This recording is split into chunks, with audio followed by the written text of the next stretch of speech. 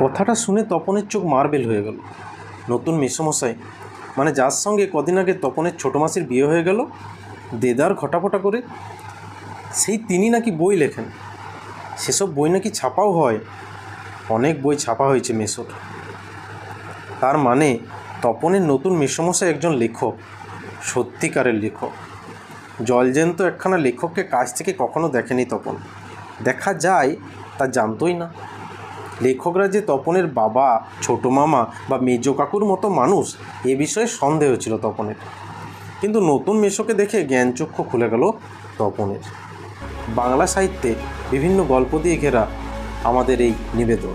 অবসরের আজকের নিবেদন আশাপূর্ণা দেবীর জ্ঞানচক্ষু। আশাপূর্ণা দেবী হলেন বাংলা সাহিত্যের অন্যতম একজন প্রধান লেখিকা। জন্ম কলকাতায়। স্কুল কলেজে পড়ার সুযোগ ঘটেনি তার, অথচ অসামান্য সূক্ষ্ম দৃষ্টি, সংবেদনশীলতা ও পরিচিত সমাজের অভিজ্ঞতার মাধ্যমে তিনি বাঙালি মধ্যবিত্ত জীবনকে আশ্চর্য দক্ষতার মাধ্যমে গল্প উপন্যাসে তুলে ধরেছিলেন। দীর্ঘ জীবন, অসংখ্য উপন্যাস, গল্প, ছোট গল্প, অজস্র বই তিনি লিখেছেন, যেগুলির মধ্যে উল্লেখযোগ্য ছিল ছোট ঠাকুরদার কাশিযাত্রা, প্রথম প্রতিশ্রুতি, সুবর্ণলতা, বকুল কথা, অগ্নি পরীক্ষা, সাগর শুকায়ে যায়, শশীবাবুর সংসার, সোনার হরিণ ইত্যাদি। তার রচিত অন্তত 63টি গ্রন্থ বিভিন্ন ভাষায় রচিত হয়েছে, বিভিন্ন ভাষায় অনুদিত হয়েছে। তিনি রবীন্দ্র পুরস্কার, সাহিত্য একাডেমি পুরস্কার, জ্ঞানপীঠ পুরস্কার, একাধিক বিশ্ববিদ্যালয়ের ডিলিট এবং নানা সরকারি খেতাবে ভূষিত হয়েছেন। আজ অবসরের নিবেদন বাংলা সাহিত্যের ছোট গল্প জ্ঞানচক্ষু।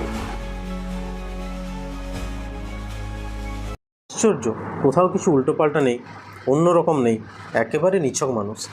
সেই ওদের মতোই দাঁড়ি কামান, সিগারেট খান, খেতে বসেই আরে ব্যাস এত খাওয়া যায় বলে অর্ধেক তুলে দেন। চানের সময় চান করেন, ঘুমানোর সময় ঘুমন। তাছাড়া ঠিক ছোটো মামাদের মতোই খবরের কাগজের সব কথা নিয়ে প্রবলভাবে গল্প করেন, তর্ক করেন, আর শেষ পর্যন্ত এদেশের কিচ্ছু হবে না বলে সিনেমা দেখতে চলে যান কি বেড়াতে চলে যান সেজেগুজে। মামার বাড়িতে এই বিয়ে উপলক্ষে এসেছে তপন, আর ছুটি পেয়েছে বলেই রয়ে গেছে। ওদিকে মেসোরও নাকি গরমের ছুটি চলছে, তাই মেসোও শ্বশুরবাড়িতে এসে রয়েছে কদিন। তাই অহরহই জলজ্যান্ত একজন লেখককে দেখার সুযোগ হবে তপনের, আর সেই সুযোগ দেখতে পাচ্ছে তপন। লেখক মানে কোনো আকাশ থেকে পড়া জীব নয়, তপনের মতোই মানুষ। তবে তপনেরই বা লেখক হতে বাধা কী? মেসোমশাই কলেজের প্রফেসর, এখন ছুটি চলছে, তাই সেই সুযোগে শ্বশুরবাড়ি রয়ে গেছে কদিন। আর সেই সুযোগেই দিব্যি একখানি দিবানিদ্রা দিচ্ছিলেন। ছোটো মাসি সেই দিকে ধাবিত হয়।